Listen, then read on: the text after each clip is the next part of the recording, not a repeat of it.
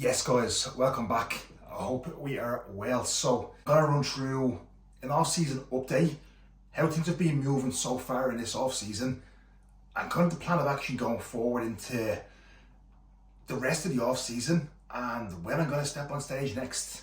Okay, stepping off stage back in September into a health phase, so ran that for pretty much like 8 weeks or so. Bloods done. Bloods were in a really good position, to be fair. So from there, went into the first push-up phase, which we're currently still in. It is coming to an end over the next 4 weeks or so. We're at the back end of this push-up phase. So during that time frame, I think my lowest kind of prep was like 237. At the moment, I'm around 275. I reckon I'll probably get to about like 280 or maybe just above that before we actually wrap this phase up, which is a substantial amount of weight kind of added during this. I don't feel heavy, I don't feel full, I don't even feel like I'm really in off season, to be fair. So it's been real quality tissue, to be honest with you. Obviously all that is not tissue, like, let's be honest, but I feel like it's been quality improvements after being made. Feel healthy during this. I obviously got bloods done again a couple of months, well, last month, and a lot of blood markers were actually better there than they were at the end of prep as well, or like 8 weeks after prep. So we're still in a pretty good position in terms of where health markers are at as well. I think that's just down to taking a slower approach with seeing that body weight rise during this phase as well, keeping things a little bit leaner, not letting things get sloppy, really staying on top of health supplementation, really staying on top of like not going crazy with free meals and really being tight with the diet side of things, and also keeping cardio in here as well throughout this push-up as well. So I think all them things have really massively paid off, and I think as well really prioritizing sleep during this as well. And I think all them things have kind of like accumulated into one, which leads to a lot of progress made. It's probably the most productive push-up phase I have had. Health markers staying in a pretty good position, sleep quality being good, feeling fit, feeling healthy, not being absolutely stuffed to the brim, digestion being great. So I think controlling things out of that prep, it's the best I've ever controlled it, and it's definitely paid dividends as well. Now, it's been difficult, it has been hard. Anyone who's coming out the back of a dieting phase or prep knows coming out the back of that and trying to control that food and not wanting to eat your arm off, it is difficult, but it has definitely paid off. And I'm very happy that leads just kind of up until now. Fuel at the moment is sitting, as you saw in the last video, around 4,200 on rest days, which actually just brought up a little bit over the last week as well. And then training day food, I will go through a training day full day eating pretty soon, which is a good chunk higher than rest day food as well. So food is not low, food's in a pretty decent position, but appetite is still in a really good position as well. So I'm happy, we're in a good spot. So where do we go from here? So obviously we have the remainder of this push-up left. Then from there, we're probably going to come into a health phase, pretty much maintain for like 6 weeks or so, get bloods done, see where we're at, go into a little bit of maybe pull off like 10 to 15 pounds, and then have another big push back up, then probably pushing up like past 290, 300 then, you know, for the second push in relatively still hopefully decent condition as well.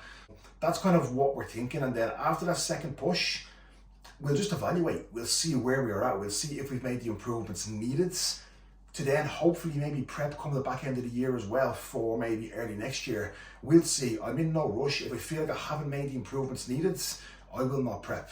Like realistically, I want to go into a prep knowing that I'm gonna be 15 plus pounds heavier on stage next time, which is gonna be, you know, over 250, 255, maybe even higher. And if I don't feel like that's gonna be the case, there's no point in me going back into a prep, so I'll go back into another push-up phase after that. So let's just see what happens. I think the main focus and main priority, I haven't even thought too far ahead. It's literally just, how can I make today as productive as fucking possible? You know, what do I need to do today to move that needle forward and to see that progress that I need towards the athlete that I want to be on stage next time? And that's been a big one as well. Just make it every day as perfect as possible. You know, when I say as perfect as possible, every day since the show has been perfect. Everything down to a T, just like I'm in contest prep. And I think that's why when it comes to competing next time, that will shine through, because there hasn't been a beat missed since last time on stage. So, and yeah, let's just take it day by day, week by week. Let's wrap this phase up, evaluate, see where we're at, and let's just kind of go from there. Again, I do this because I love it. I love the process. If I never got on stage again, I would not really care. You know, I'm still going to be doing this regardless. So it's just the relentless pursuit of just growth and progression. You know, not just in physique development, but then we're into other areas of life as well. It's just that constant, relentless pursuit of progression across the board.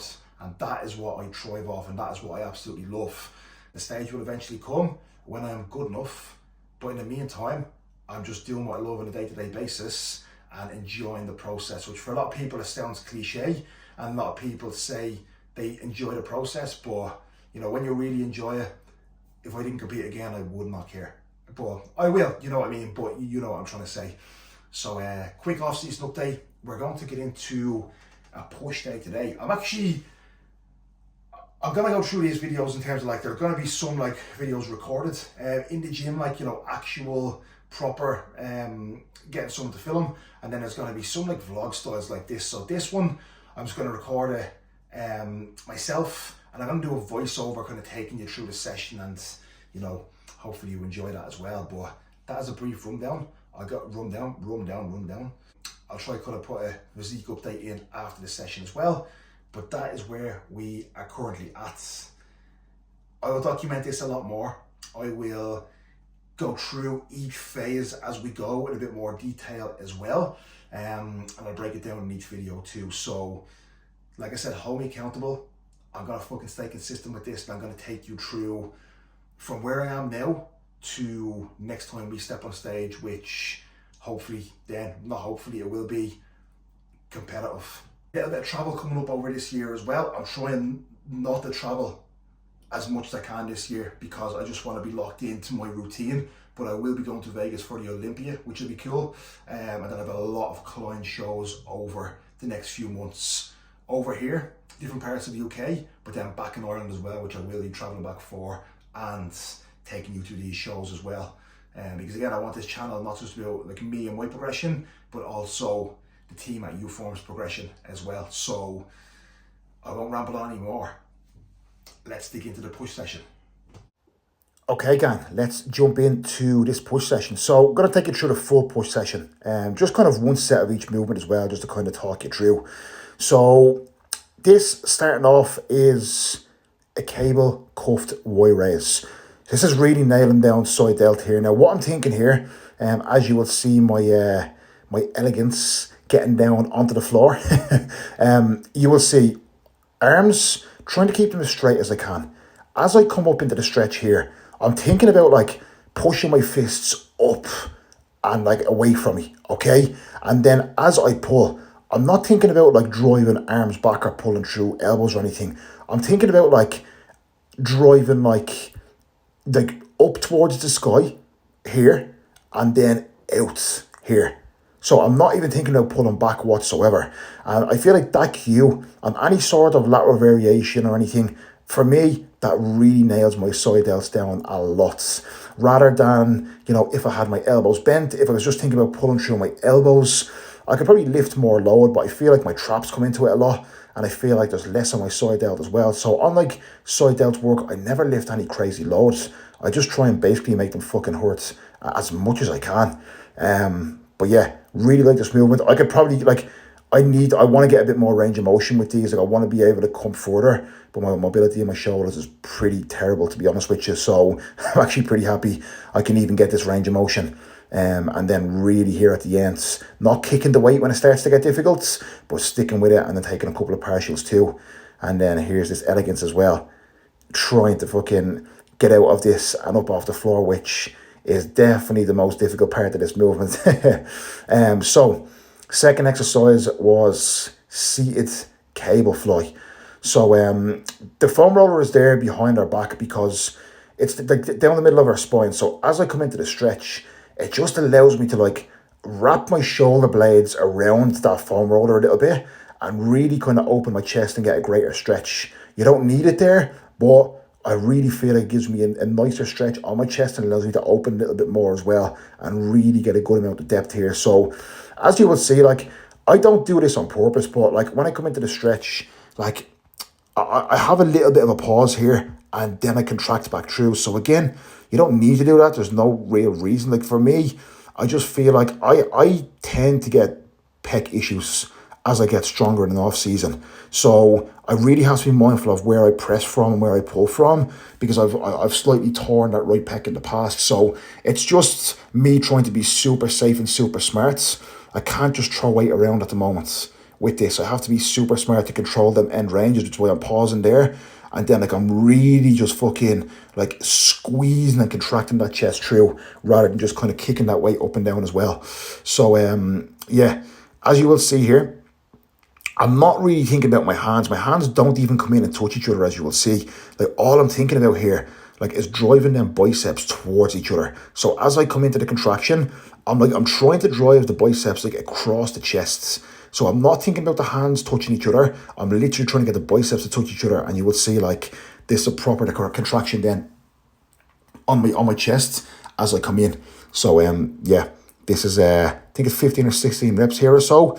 Like this is hard, and then obviously a little spot here from Cuba just to guide me in here on these kind of last couple, just to make sure I can really fucking take this all the way to failure. Like if I know that like I have a rep and it's going to be him taking the whole thing, there's just 0 points. But on that, that's like me taking like 60-70% of that, and then he just kind of guides me in the last bit as well, which really finishes me off. But beautiful. So it was 3 sets on that, and it was 3 sets on the side raise. Now onto incline flex leverage. This is a beautiful piece of kit. I absolutely love it. It's a heavy piece of kit. So this is actually my top set here. I actually done 3 plates aside here on this, which was definitely very brave of me, considering I haven't done this before, and it was a big jump. But I was very happy here with the control and the depths. Like when I'm coming down here, I'm thinking about like dragging that weight down with my chest, not letting it fall onto me. And then as I press up again, I'm thinking about driving through my chest and driving that bicep across the midline and really contracting hard. So again, just I have to be mindful. I want to be able to put more load on this and just fucking take it, but I have to be mindful. Everyone's different, and like I said, I can't afford a pec tear, to be honest with you.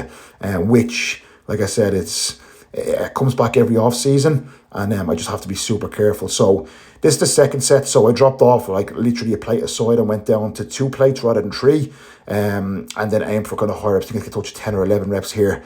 But again, same concept. Like the execution does not change. Again, even on the sets that are back offs and are a bit lighter, to be honest with you, I nearly think about like making them even more difficult. So like it's going to be very easy for you to just bounce weight up and down as the weight gets lighter. So like I like consciously think about having even more control and creating even more tension basically through back off sets. If anything, back off sets for me are even more difficult, working in them slightly higher rep ranges as well.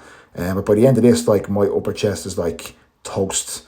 But yeah, lovely machine. Difficult, but beautiful. Now, strive high incline press next.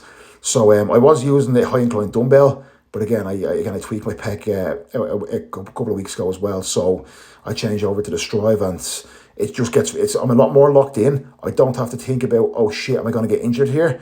I can literally just fucking lock in and take this all the way. You know what I mean? So as you will see, like this is a beautiful piece. If anyone's used this, you know exactly what it feels like. But again, the same concepts, dragging this down right into the hole, little bit of a micro pause as well. Not that you have to, but again, it just makes me feel safe, because then as I have that bit of a pause, then I can feel exactly where I'm fucking pressing through with the chest end. Does that make sense? So this is like a lot of like upper chest and a lot of front delt as well. Really kind of targeting that whole kind of like top line, to be fair. So yeah, you'll see as I press to all my sets, nothing else moves. I'm not like jittering my feet around or shaking or moving my hips. Everything is locked in and then it's just the muscle doing the work. Now, prime dip. This is actually my second set, I think. So again, proper control, really sinking it in, and then contracting hard through the tricep. With this is a nightmare sometimes because I actually need chalk. You'll see like me adjusting myself during this set because my hands just keep slipping. So I'm gonna have to use chalk on this next time just so I don't slip, because it's very frustrating. I probably could have got maybe 1 or 2 more reps here, but yeah, my hands just keep on slipping. So very, very frustrating. But again, like what I'm thinking here is like really thinking about driving my elbows back and stretching that tricep. Slight pause again, and then again, it's very easy to just fucking kick that weight down and just press through our delts and everything, but I'm really trying to press through triceps. Obviously, it's going to be chest and delts working here as well, but I'm just trying to bias kind of where I'm actually pressing from here as well. And then you will see my my hands all sweaty. Now, next exercise after the dips, it was 2 sets on dips, then onto the prime side lateral, which was 3 sets. So with this, okay, again, my cue here when I am doing a side raise is I don't want to pull through traps, okay? I don't want to just shove that weight up. I'm trying to like drive the arm like away from the body. So I'm thinking about like pushing hands down towards the floor and dragging out, okay? And again, like I could probably put more weight on here and move them and they look good, but again, for me, a lot of it comes into my traps. And a lot of my traps take a lot of tension through a lot of things. So again, weight probably slightly a little bit lighter here than what I probably could do, but just really focused on, again, just torching them side delts as much as I possibly can. Like after 3 sets of this then, you know, that they're absolutely fully blown. Like I can't even like raise my hands properly. So I raise my arms properly. So yeah, really, really nice movement. And as well, like keeping that form right until the end. You know, it's going to be very easy for you to want to just move that weight up and down as it starts to get difficult. So really sticking with that, leaning into the discomfort, and just grinding that through for the last rep or 2 as well. Tricep pushdowns after the lateral raises. So 3 sets here, the last set for me being a drop set. So with these, again, you will see that like nothing else moves. It's literally just all tricep. The upper arm isn't really like traveling forward or back. That's locked into position. When I come up, I'm stretching here. You can literally see the tricep stretching, and then I'm pressing back down through the tricep as well. And again, just making them nasty, making sure that every single rep is like me, like it's like my triceps are screaming through every rep, basically. Just trying to really do as much damage to them as possible. So again, for me, a little bit of a pause in each range as well just enables me to get a better connection, because my triceps, like I find it difficult to connect with them as much as other body parts. So a little pause in each range just really allows me to focus more on that connection, basically. So finishing off here with single arm. It's like an overhead extension. It's like this really targets the long head. It's a very nice machine. I find it very difficult to get like into overhead extension movements just with my shoulder mobility. So this is beautiful for me, to be fair. So again, I'm not really focusing on lifting crazy load here. Again, I'm just really trying to focus on connection and then taking these all the way to failure and making them nasty as well. Because if I lift crazy load here, I don't even feel my triceps. You know, and this is the thing, if you have a body part that you may not feel connects as much as others, you may have to be a bit smarter with how you train it as well. Some body parts you may be able to get in and just lift heavy and it just blows up. But for me, for triceps, like I'm literally trying to think every single rep, every single inch of the movement, trying to think about it, just so I can, again, do as much damage without just getting through the set and not really even feeling my triceps work. So I'm not just doing a movement, I'm trying to train my muscle through that movement. I used to just go through sets and I'd be doing the movement, so I used to just think that my muscle was being worked because that movement targets that muscle, but I'd get out of the set and I wouldn't even really feel anything. So again, just be mindful of like, what are you actually feeling, you know, during a set. It looks like I'm actually playing a game of darts here as well. But this set, this was actually the last set, and I finished off here with a drop set, which I didn't actually show you through. And then here is a little physique update post-workout. Post-workout, post-pump set, post-pull set, push session even. The pump is always the best. So, yeah.